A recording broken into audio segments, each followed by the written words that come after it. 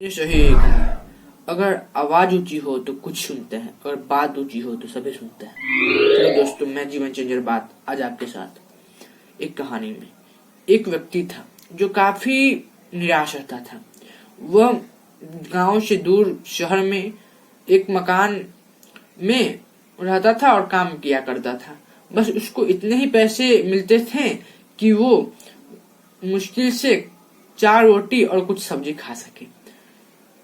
But कुछ दिन से वो नोटिस कर रहा था कि उसके 4 रोटी में से एक रोटी गायब हो जा रही थी। उसके बाद उसने ध्यान दिया और उसने एक मोटा सा चूहा पकड़ा। वह उसकी रोटी लेके भाग रहा था। उसने बोला कि अरे भाई, मैं ऐसे ही परेशान हूँ। चूहा, यार तुम और परेशान कर रहे हो। तो चूहा ने बोला, भैया आप मेरी हक का रोटी मत खाओ, मुझे खा लेने दो। मैं अगर आप परेशान हो तो आपकी परेशानी का हल भगवान बुद्ध के पास मिलेगा। तो उन्होंने सोचा, आदमी ने सोचा, चलो ठीक है, जाते हैं भगवान बुद्ध के पास। उसने अपने मकान मालकिन से बोला कि मैं कुछ दिन के लिए भगवान बुद्ध के पास जा रहा हूँ, मेरी कुछ समस्याएं हैं, उसका हल पूछने। आप मेरा घर का ध्यान रखिएगा, अपना घर का ध्यान रखिएगा। तो मकान मालकिन ने बोला कि अच्छा, तुम भगवान बुद्ध के पास जा रहे हो, मेरा भी एक सवाल पूछ लेना। तो उन्होंने बोला ठीक है, बोलिए। तो उसने बोला कि मेरी बेटी 20 साल से कुछ नहीं बोली, बता वो कब बोलेगी। उसको बोलते बोलते मकान मालकिन की आंखों में आंसू आने लग गई। उसने बोला कि ठीक है, मैं अवश्य पूछूंगा। वो आगे गया। उसे पहाड़ पार करना था। पहाड़ बहुत विशाल था।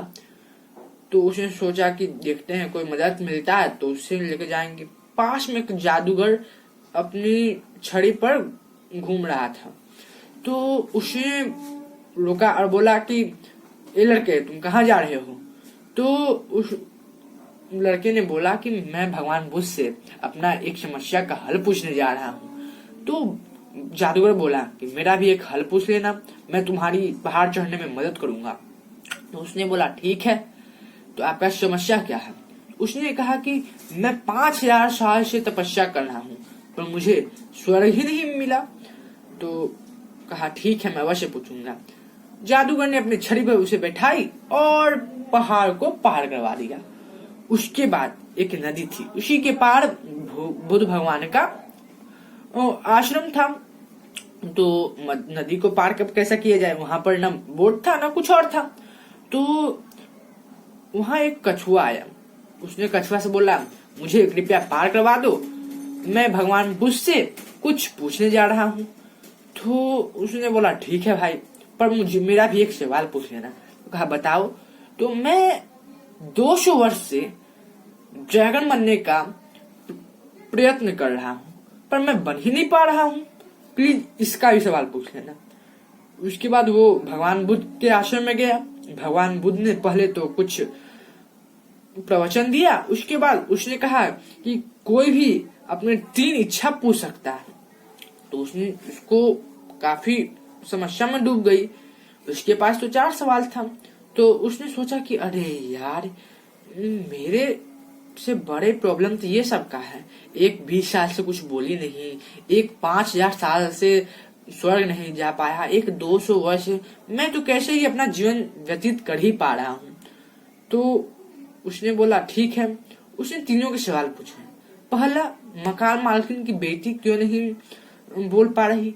तो बुद्ध भगवान ने बोला कि जैसे ही उसकी शादी होगी वो अपना पहला वर्ड बोलेगी और बोलते रहेगी। दूसरा, जादूगर को कब स्वर्ग मिलेगा। तो उसने कहा जैसे ही वो अपना छड़ी छोड़ेगा तैसे ही उसको स्वर्ग की प्राप्ति हो जाएगी। तीसरा, जो कछुआ था उसको ड्रैगन में कन्वर्ट कब होगा। तो उसने बोला जैसे ही वो अपने खोल से निकलेगा वो ड्रैगन में तब्दील हो जाएगा। वो गया वापस।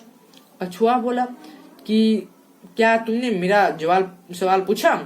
तो उसने बोला हाँ, मैंने पूछा। अगर आप जैसे ही अपने खोल से निकलोगे आप ड्रैगन में कन्वर्ट हो जाओगे। तो उन्होंने बोला ठीक है, वो अपना खोल से निकला, तैसे ही सही में ड्रैगन में कन्वर्ट हो गया। उसे खोल में बहुत सारे मोतियां थी। तो उन्होंने बोला कि ये मोतियां क्या, अब क्या करूं? तो उसने, कछुआ ने बोला, जाओ ले लो, तुम ले लो, तुमने मेरी बहुत मदद की। उसके बाद उसने उसे पहाड़ के पास लेकर छोड़ दिया। उसके बाद उसे वह जादूगर मिला। उसने बोला कि मेरा सवाल क्या आप पूछे हो? तो व्यक्ति ने बोला, हाँ, जैसे ही जादूगर जी आप अपना छड़ी छोड़ोगे तैसे ही आप स्वर्ग में चल जाओगे। तो उसने छड़ी छोड़ा, कहा ले लो, तुम मेरी छड़ी ले लो। अब वह छड़ी पर चढ़ा और फिर अपना मकान मालिक के पास चला गया। उसके बाद उसने बोला कि तुमने पूछे हो कि मेरी बेटी कब बोलेगी? तो मकान मालिक को वो व्यक्ति बोला कि जैसे ही मकान आपकी बेटी की शादी होगी वह बोलने लगेगी। तो उस मकान मालिक ने कहा, आपसे अच्छा वर कोई हो सकता है, आप ही मेरी बेटी से शादी कर लो। तो उसने बोला ठीक है। लड़की देखा, लड़का लड़की को देखी, फिर शादी हो गया। उसके बाद लड़की बोलती है, अरे आप तो वही न थे जो रात को मेरे घर में आए थे? तो सब खुश हो गए।